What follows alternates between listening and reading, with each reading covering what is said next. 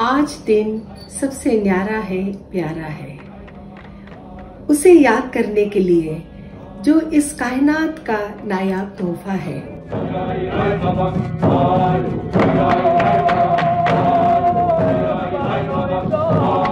जमीन से आसमान तक एक अमोल रहमत है, सौगात है खुशियों की, जिसने नृत्य की दुनिया को बदल दिया।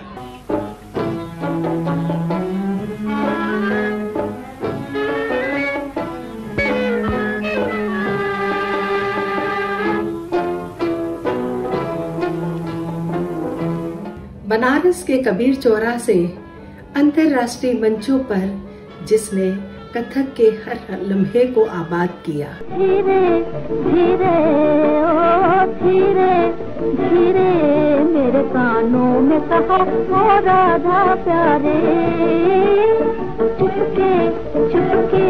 गुलशन के एक सितारे का दिन, जिसने राह के पत्थरों को भी फूल बना दिया।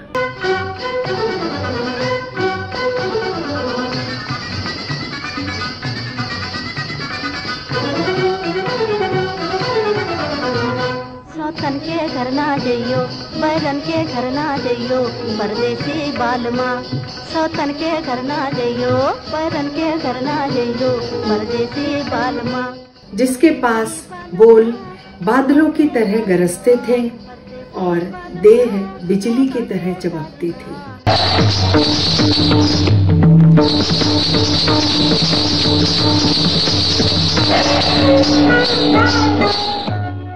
झूम उठते थे जमीन को, जन्नत बनाते उसके घुंघरू।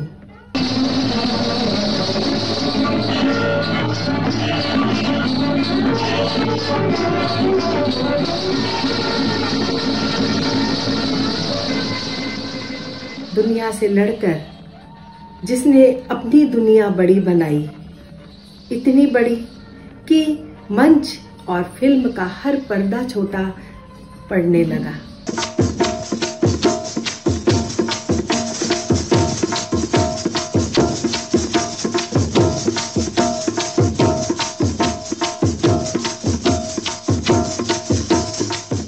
जी हाँ, हम बात कर रहे हैं सितारा देवी की, जिनका आज जन्मदिन है। एक ऐसा नाम इतिहास का जो दूसरा नहीं, सितारा देवी। आइए फ्लैशबैक में पीछे मुड़कर देखते हैं।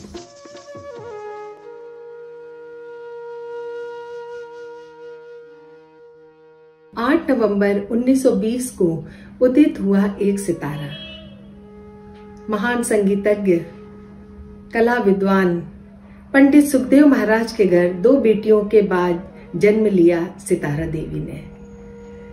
धनतेरस के दिन पैदा होने के कारण उनका नाम रखा गया धन्नो। बचपन से ही संगीत और नृत्य का उनको माहौल तो मिला, परंतु सितारा जी अपनी मस्ती में अपने बचपने को जी रही थी। स्कूल में एक विशेष अवसर पर 8 साल की उम्र में सावित्री सत्यवान पर उन्होंने एक नृत्य संरचना की, जो अखबार की सुर्खियों में छाया रहा। वो अखबार उनके पिता पंडित सुखदेव महाराज के पास पहुंचा और उन्होंने अपनी बेटी के बारे में और समझा और उन्होंने उनको विधिवत शिक्षा देना कथक की शुरू कर दिया। समय के अनुसार महान युग पुरुष कथक के पंडित लच्छू महाराज, पंडित अच्छन महाराज व शंभू महाराज द्वारा सितारा देवी ने अपनी नृत्य की शिक्षा, कथक की शिक्षा को लिया।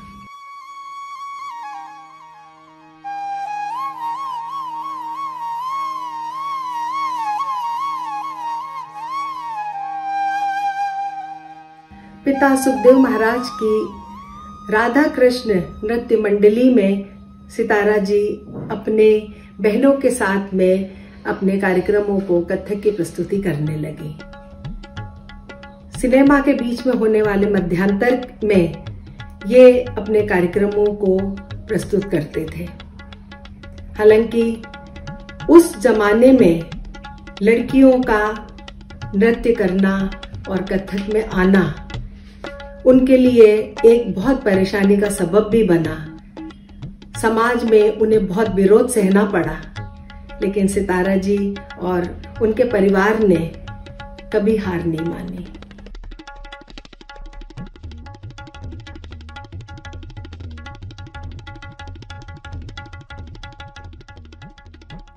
चौदह वर्ष की आयु में सितारा देवी के जीवन में एक बहुत बड़ा बदलाव आया। एक बड़े प्रोड्यूसर मुंबई से अपनी फिल्म उषा हरण में हीरोइन की बहन के रोल को ढूंढते हुए वे बनारस पहुंचे और बनारस में पहुंचे कबीर चौरा, जहां उन्होंने सितारा जी को देखा और तुरंत ही उन्हें मुंबई आने का आमंत्रण दिया।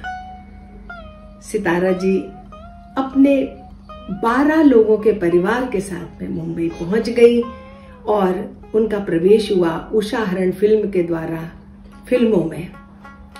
उसके बाद उन्होंने फिल्मों में भी अपने कथक की सात्विकता को नहीं छोड़ा। कई फिल्मों में उन्होंने काम किया और एक सफल अभिनेत्री भी रही।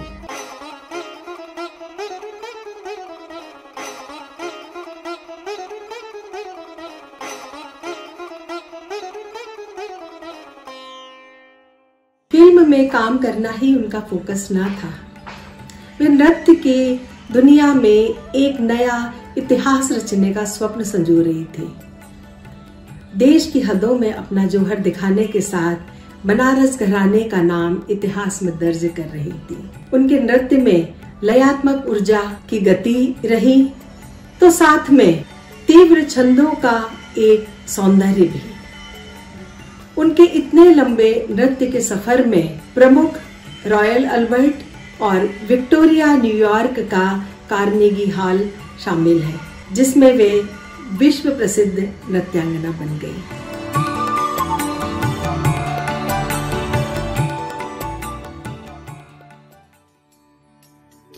सितारा देवी ने कथक के अलावा भरतनाट्यम व अन्य शास्त्रीय नृत्यों की बहुत बारीकी से विधिवत शिक्षा ली।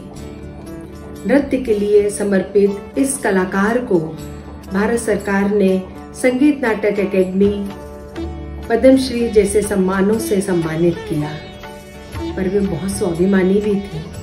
उन्होंने पद्म विभूषण जैसे सम्मान को सरकार को वापस भी कर दिया। वे एक मेधावी नृत्यांगना थी। 16 वर्ष की आयु में गुरु रविन्द्रनाथ टैगोर द्वारा दिया गया कथक साम्राज्ञी का सम्मान सितारा जी के लिए जीवन पर्यंत महत्वपूर्ण रहा। सितारा देवी कथक की युग नायिका है। हजारों साल में ऐसा एक सितारा जन्म लेता है। आइए आज हम उन्हें यह स्मरणांजलि समर्पित करें। शत नमन। निरतत नंद नंदन छोम छानन राधा कृष्ण। नंद छोटा सा कृष्ण है। निरतत नंद नंदन छोम छानन तक्षोम तक्षोम तक तिगड़ा दीदीता लिए रंग सब सखा संग मन में उमंग गत तिरभंग था। खेलत भुज बने मेलत लपट झपट राधा ललिता चंद्रावली दियो बोर रंग घोर सरबोर बनवारी मैं हारी जा रही मैं हारी जा रही मैं हारी जा रही।